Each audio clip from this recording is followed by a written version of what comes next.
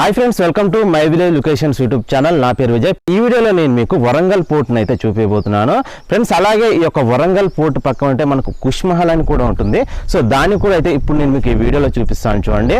అలాగే వాటిని చూపించుకుంటూ వాటికి సంబంధించిన స్టోరీ గురించి కూడా ఎక్స్ప్లెయిన్ చేస్తాను. సో వీలైనంత వరకు ఈ వీడియోని ఎక్కడా స్కిప్ చేయకుండా ఎండ్ వరకు చూడండి. మనం వరంగల్ పోర్ట్ దగ్గరకు వెళ్తుంటే ముందుగా మట్టి గోడ అయితే కనిపిస్తుంది. ఇక్కడ మీరు చూస్తున్నారుగా, ఇదే మట్టి గోడ. ఈ వరంగల్ పోర్ట్ చుట్టూ అయితే ముందుగా మట్టి గోడ అయితే నిర్మించారు. తర్వాత ఈ కాకతీయ వంశానికి సంబంధించిన కొంతమంది రాజులు మారిన తర్వాతకి ఇక్కడ మీరు చూస్తున్నారుగా ఇలాంటి ఒక రాతి గోడ నిర్మించుకున్నారు. ముందుగా మనం వరంగల్ పోర్ట్ దగ్గరకు వెళ్తుంటే ముందుగా మట్టి గోడ వస్తుంది, తర్వాతకి ఈ రాతి గోడ అయితే వస్తుంది. ఈ రాతి గోడని దాటుకొని వెళ్ళిన తర్వాతకి మనకైతే ఈ వరంగల్ పోర్ట్ అనేది ఉంటుంది. సో ఇక్కడ మీరు చూస్తున్నారుగా ఈ ప్లేస్ మొత్తం వరంగల్ పోర్టుకు సంబంధించిన, కానీ ఇక్కడైతే ఇల్లులు అయితే కట్టుకున్నారు. గోల్కొండ దగ్గర ఏ విధంగా అయితే కోట లోపల కట్టుకున్నారు, ఇక్కడ కూడా అదే విధంగా కట్టుకున్నారు. ఫ్రెండ్స్, ఇక్కడ నా బ్యాక్గ్రౌండ్లో చూస్తున్నారుగా ఇదే కుష్ మహల్. సో లోపల ఇది ఏ విధంగా ఉంటుందనేది చూపిస్తాను రండి. సో మనం ఈ యొక్క కుష్ మహల్ లోపలికి వెళ్తుంటే ఎంట్రన్స్లో అయితే కొన్ని విగ్రహాలు ఉన్నాయి. సో వీటిని కూడా చూపిస్తాను రండి. సో ఇక్కడ చూడొచ్చు కొన్ని ధ్వంసమైన విగ్రహాలన్నీ అయితే ఇక్కడ ఉంచారు స్టార్టింగ్లో అయితే. ఇది పోర్టుకు సంబంధించిన గుడికి సంబంధించినవి అనుకుంటా. సో మనకి కుష్ మహల్ అనేది పోర్టుకు కొంచెం దూరంలోనే ఉంటుంది. సో ఇక్కడ నుండి కేవలం ఒక 100 మీటర్స్ ముందుకు వెళ్ళినట్టయితే అక్కడ మనకైతే ఈ యొక్క పోర్ట్ అయితే ఉంటుంది. సో పోర్టుకు 100 మీటర్స్ ఇవతలనే ఈ యొక్క కుష్ మహల్ అయితే ఉంటుంది.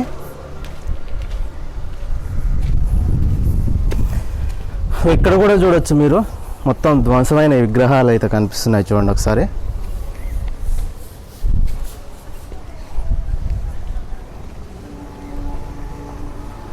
అలాగే అక్కడ ఒకటి శిలాశాసనం కూడా ఉంది. ఇక్కడ ఖరాబైన విగ్రహాలన్నీ తీసుకొచ్చి అయితే ఈ కుష్ మహల్ ముందు అయితే ఉంచారు. సో ఇక్కడ మీరు ఎంట్రన్స్లో చూసినా కానీ మొత్తం అయితే కనిపిస్తూ ఉంటాయి. ఈ కుష్ మహల్ని సీతాప్ ఖాన్ అనే అతనైతే నిర్మించాడు. అసలు అతని పేరు వచ్చేసి సీతాపతి రాజు, కానీ అప్పుడు ఇతను ఢిల్లీ సుల్తాన్ల కింద పనిచేసేది కాబట్టి తన పేరు అనేది సీతాప్ ఖాన్గా అయితే మార్చుకున్నాడు. ఇతనైతే ఇస్లాం మతంలోకి మారకుండానే తన పేరునైతే సీతాపతి రాజు నుండి సీతాప్ ఖాన్గా అయితే మార్చుకున్నాడు. ఇతను స్టార్టింగ్లో ఒక భటునిలాగా పనిచేసేవాడట. ఒక భటునిలాగా పనిచేసే ఇతను ఒక రాజ్యానికే అధికారిలా మారే వరకు ఎదిగాడు. అంటే ఇతనికైతే ఢిల్లీ సుల్తాన్లు అధికారులాగా ప్రమోషన్ ఇచ్చారు. సో మనం లోపలికి వచ్చాక సైడ్ ఉన్న రూమ్లలో ఇక్కడ ఫిరంగి గుండ్లు కూడా ఉన్నాయి చూడండి ఒకసారి. ఈ రూమ్లో ఇవి అప్పట్లో ఫిరంగులకు యూజ్ చేసేవాళ్ళు అనుకుంటా.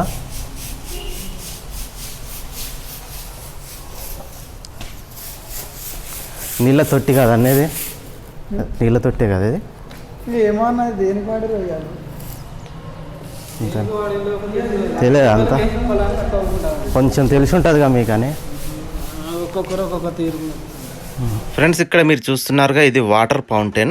ఒకప్పుడు ఇందులో వాటర్ అనేది ఉండేదన్నమాట. అప్పట్లో దీని లోపలికి వచ్చిన ప్రజలు ఈ వాటర్ ఫౌంటైన్ ని చూసి చాలా ఆనందపడేవారట. అందుకే దీనికి కుష్ మహల్ అని పేరు వచ్చిందని అయితే ఇక్కడ వాళ్ళు అంటున్నారు.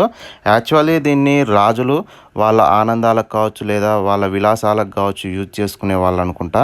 అంటే వాళ్ళు పార్టీలు దావతులు చేసుకుంటారు కదా, దానికి యూజ్ చేసే వాళ్ళని అయితే నేను అనుకుంటున్నాను. అలాగే ఇక్కడ చూడండి, ఒక నంది అనేది ధ్వంసమైన నంది తలకాయ అయితే ఇక్కడ ఉంది. సో ఇక్కడ చూడొచ్చు నంది తల అయితే. సో ధ్వంసమైన నంది తలని తీసుకొచ్చి ఇక్కడ పెట్టారు.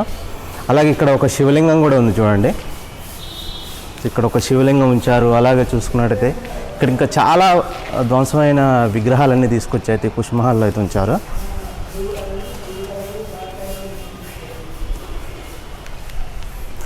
సో ఇక్కడ సైడ్ కూడా కొన్ని రూమ్లు ఉన్నాయి చూడండి.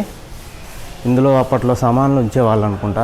అప్పట్లో కరెంటు లేదు కాబట్టి ఈ సైడ్ రూమ్స్ అనేది వెలుతురు అలాగే గాలి రావడానికి నిర్మించారనుకుంటా. ఇప్పుడంటే కరెంట్ ఉంది కాబట్టి ఫ్యాన్లు బల్బులు వాడుతున్నాం, కానీ అప్పుడు ఇవేవి ఉండేది కాదు కదా. ఒకసారి తలుపులు చూడండి ఎంత పెద్దగా ఉన్నాయో. మనకు మొత్తం ఇక్కడ పూల ఆకారాలు అయితే కనిపిస్తున్నాయి చూడండి తలుపులకు. చాలా పెద్ద తలుపులు అయితే నిర్మించారు. ఈ కుష్ మహల్ని అప్పట్లో సీతాపతి రాజు పబ్లిక్ మీటింగ్ హాల్ లాగా యూజ్ చేసి ఉండవచ్చు అని అయితే ఇక్కడి ఆర్కియాలజీ డిపార్ట్మెంట్ వాళ్ళైతే అంటున్నారు. అప్పట్లో దీన్ని ఖచ్చితంగా పలానా దానికి యూజ్ చేశారు అనడానికి అయితే ఇక్కడ ఎలాంటి ఆధారాలు లేవు కాబట్టి మనం దీన్ని చూసి ఊహించుకోవాల్సిందే. సో ఇక్కడ చూస్తున్నారుగా ఇది ఈ యొక్క కుష్ మహల్కి సంబంధించిన బ్యాక్ సైడ్ అనమాట. సో ఇక్కడ కూడా ఒక పెద్ద ఆర్చి లాంటిది అయితే ఉంది చూడండి రౌండ్గా. ఈ కుష్ మహల్ని కాకతీయులకు సంబంధించిన కోట కావచ్చు అలాగే గుళ్ళని ధ్వంసం చేసిన తర్వాతకి విలువైన రాళ్ళన్నీ ఢిల్లీ తీసుకువెళ్ళి మిగిలిన రాళ్లతో ఈ కుష్ మహల్ని కట్టారట.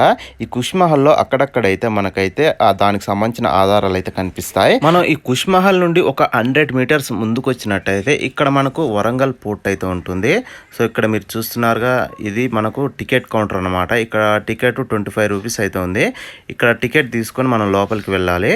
సో ఇక్కడ మీరు చూడొచ్చు ఒకసారి ఇక్కడ ధ్వంసం అయిపోయిన వరంగల్ పోర్టుకు సంబంధించిన గుడి ఎలా ఉందో. ఢిల్లీ సుల్తాన్ ఉలుగ్ ఖాన్ ప్రతాపరుద్రుడిని ఓడించిన తర్వాతకి ఓడించడం అంటే తాను ఓడిపోలేదు, తానే స్వయంగా లొంగిపోయాడు. తాను లొంగిపోవడానికి గల కారణం ఏమిటంటే అల్లావుద్దీన్ ఖిల్జీ ముందుగా అయితే 8 సార్లు అయితే ఈ యొక్క కాకతీయ కోటపై అయితే దండయాత్రకు వస్తాడు. కానీ ఒక్కసారి కూడా ఈ యొక్క ప్రతాపరుద్రుడిని ఏం చేయలేకపోతాడు. కానీ చివరగా దండయాత్రకు వచ్చిన ఉలుగ్ ఖాన్ మాత్రం ఈ కోటలోకి రావడానికి అయితే 4-5 నెలలు ప్రయత్నిస్తాడు. కానీ లోపలికి రాలేకపోతాడు. దాంతో ఈ ఉలుగ్ ఖాన్ ఏం చేస్తాడంటే కోట బయట ఉన్న ప్రజలైతే ఎవరైతే ఉంటారో ఆ ప్రజల్ని తీసుకొచ్చి కోట ముందు అయితే హింసించడం స్టార్ట్ చేస్తాడు. ప్రజల్ని హింసించడంతో పాటు బయట ఉన్న ఆడవాళ్ళు అయితే ఎవరైతే ఉంటారో వాళ్ళని బట్టలతో మానభంగాలు చేయించడం ఇలాంటివి చేస్తాడు. వీటన్నిటిని చూసిన ఈ యొక్క ప్రతాపరుద్రుడు నా ప్రజలు ఇబ్బంది పడుతున్న ఉద్దేశంతో ఈ యొక్క ఉలుగ్ ఖాన్ దగ్గరకు వచ్చి అయితే లొంగిపోవడం అయితే జరుగుతుంది. ప్రతాపరుద్రుడు ఉలుగ్ ఖాన్ కి లొంగిపోయిన తర్వాతకి ఇక్కడ ఉన్న ఈ కాకతీయులకు సంబంధించిన గుడిని కావచ్చు అలాగే కోటను కావచ్చు మొత్తాన్ని అయితే ధ్వంసం అయితే చేయించాడు. అలాగే ఇక్కడ మీరు చూస్తున్నారుగా, ఇక్కడ ఏనుగుల విగ్రహాలు అనేది ఎంత పెద్దగా ఉన్నాయో చూడండి. మనకు ఇలాంటి ఏనుగుల విగ్రహాలు అనేది ప్రజెంట్ 1000 స్తంభాల గుడి ముందు అయితే కనిపిస్తూ ఉంటాయి. ఒకసారి వీటిని చూడండి ఎంత పెద్దగా ఉన్నాయో. ఫ్రెండ్స్, మనం ఈ యొక్క పోర్టు లోపలికి రాగానే మనకు ఈ పోర్టు మధ్యలో నుండి చూస్తే 4 స్వాగత తోరణాలు అయితే కనిపిస్తూ ఉంటాయి. సో ఇక్కడ మీరు చూడొచ్చు, ఇక్కడ ఒకటి అలాగే అక్కడ ఒకటి, మొత్తం 4 స్వాగత తోరణాలు అయితే ఉంటాయి. అలాగే సెంటర్లో అయితే మనకైతే గుడి అయితే ఉంటుంది. సో ఇప్పుడు ఆ గుడిని అయితే చూపిస్తాను రండి. సో ప్రజెంట్ అయితే ఆ గుడి అనేది కొంచెం ధ్వంసం అయిపోయింది. ధ్వంసం అయినా సరే దానికి సంబంధించిన ఆనవాళ్ళు అయితే ఇంకా ఉన్నాయి. సో వాటిని ఇప్పుడు నేను చూపిస్తాను రండి. మనం ఈ పోర్టు మధ్యలో నిలబడి చూసినట్టయితే 4 వైపులా ఈ 4 కాకతీయ కళాతోరణాలు అయితే కనిపిస్తాయి. వీటిని అప్పట్లో నలువైపుల నుండి వచ్చే ప్రజలు, అంటే ఈ యొక్క కోట దగ్గరికి నలువైపుల నుండి వచ్చే ప్రజల్ని కోట లోపలికి స్వాగతిస్తున్నట్టుగా అయితే అప్పట్లో వీటిని నిర్మించారనుకుంటా. అలాగే ఇక్కడ మీరు చూసుకున్నట్టయితే ఈ గుడికి సంబంధించిన ద్వారపాలకులు, జయ విజయులకు సంబంధించిన విగ్రహాలు కూడా ఉన్నాయి చూడండి. సో ఇక్కడ మీరు బాగా గమనించినట్టయితే అక్కడ మనకు పెద్దవి 2 ఏనుగుల విగ్రహాలు, అలాగే ఇక్కడ జయ విజయులకు సంబంధించిన విగ్రహాలు ఉన్నాయి. సేమ్ ఇలాంటివే మనకైతే ప్రజెంట్ కట్టిన కొత్త యాదాద్రి గుట్ట పైన కూడా ఉంటాయి. మీరు ఒకసారి వెళ్ళి చూడొచ్చు. ఎంట్రన్స్ లో చూడండి మొత్తం శిల్పకళ అనేది ఏ విధంగా ఉందో. మనకు మొత్తం శిల్పకళ కనిపిస్తుంది ఇందులో.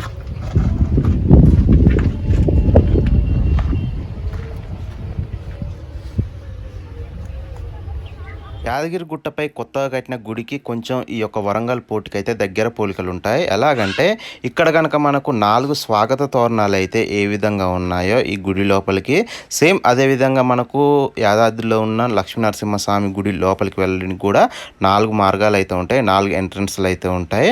అలాగే అక్కడ గుడి ముందు అయితే ఏనుగుల విగ్రహాలు అయితే ఏ విధంగా పెట్టారో ఇక్కడ కూడా మీరు చూడొచ్చు, ఏనుగుల విగ్రహాలు కనిపిస్తున్నాయి. సో అలాగే శిల్పకళ కూడా కొంత అయితే మనకైతే ఈ వరంగల్ పోర్టులో ఉన్న శిల్పకళ అనేది మనకు కొత్తగా కట్టిన యాదాద్రి గుడి దగ్గర కూడా కనిపిస్తూ ఉంటుంది. ఈ యొక్క వరంగల్ పోర్ట్ లో ఉన్న ఈ గుడిని చూసే యాదాద్రిలో ఉన్న కొత్త గుడిని నిర్మించారనుకుంటా. అలాగే ఇక్కడ మీరు చూసినట్టయితే శివుని గుడి ఎదురుగా ఇక్కడ మనకైతే ఒక నంది కనిపిస్తుంది చూడండి.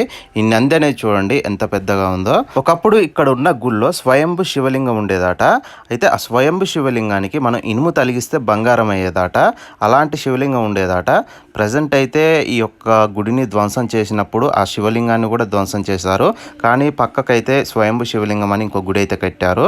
అలాగే ఇక్కడ మీరు చూడొచ్చు స్తంభాల పైన శిల్పకళ అనేది ఏ విధంగా ఉందో చూడండి ఒకసారి. అలాగే కాకతీయులకు సంబంధించిన ఏ గుళ్ళో చూసినా గానీ నంది యొక్క తల అనేది సైడ్ ఉంటుంది, నందికి సంబంధించిన శివ అనేది శివుని వైపు ఉంటుంది.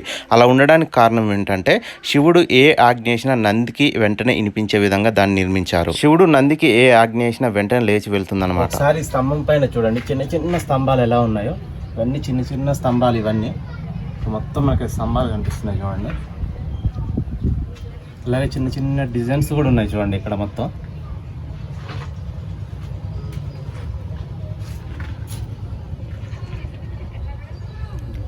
ఇక్కడ మీరు నంది ఎదురుగా చూసినట్టయితే శివుని గుడి అయితే ఉంటుంది. అలాగే ఈ శివుని గుడి ఎదురుగా చూసుకున్నట్టయితే ఇక్కడ మనకు ఒక నాట్య మండపం ఉంటుంది. అప్పట్లో శివునికి సంబంధించిన నాట్యాలు చేయించే వాళ్ళు అనుకుంటా ఈ యొక్క నాట్య మండపం మీద. ఒకసారి ఇక్కడ చూడండి, నాట్య మండపానికి యూజ్ చేసిన రాయి అనేది ఎంత పెద్దగా ఉందో. ఇంత పెద్ద రాయిని అసలు ఎలా తెచ్చారో తెలియదు అప్పట్లో. అలాగే ఇక్కడ మీరు చూడొచ్చు, ఇక్కడ మనకైతే శివుని గుడి అయితే కనిపిస్తుంది. ఒకప్పుడైతే ఈ యొక్క పోర్టు లోపల అయితే స్వయంభు శివలింగం ఉండేదట. ఆ శివలింగానికి మనం ఇనుము తలిగిస్తే బంగారం అయ్యేదట.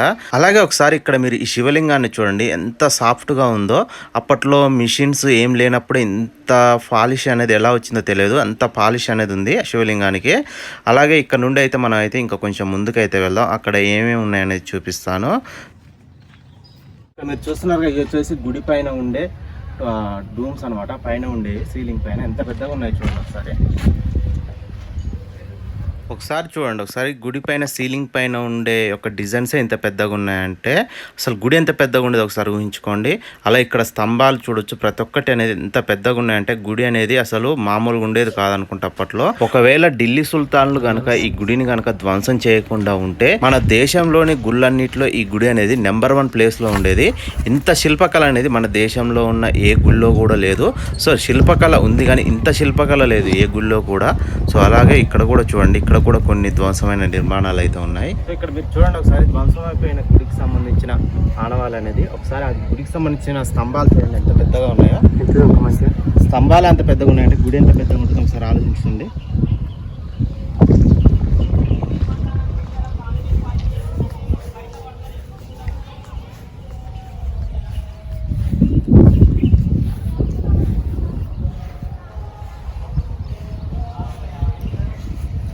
సో అలాగే నా బ్యాక్ సైడ్ చూడొచ్చు, మీకు స్వాగత తోరణం అయితే కనిపిస్తుంటుంది.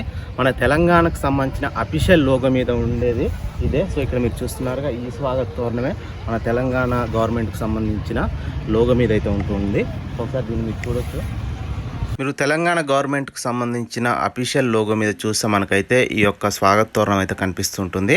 సో దీన్ని కళాతోరణం అని కూడా అంటూ ఉంటారు. సో యాక్చువల్లీ ఇది స్వాగత తోరణం. అలాగే ఇక్కడ కొంచెం ముందుకు వెళ్ళినట్టయితే ఇక్కడ కూడా కొన్ని ధ్వంసమైన నిర్మాణాలు అయితే ఉన్నాయి, అక్కడ చూడొచ్చు. సో ఇక్కడ ఒకటి, అలాగే అటు సైడ్ ఒకటి, ఎదురుగా ఒకటి, మళ్ళీ ఒకటి.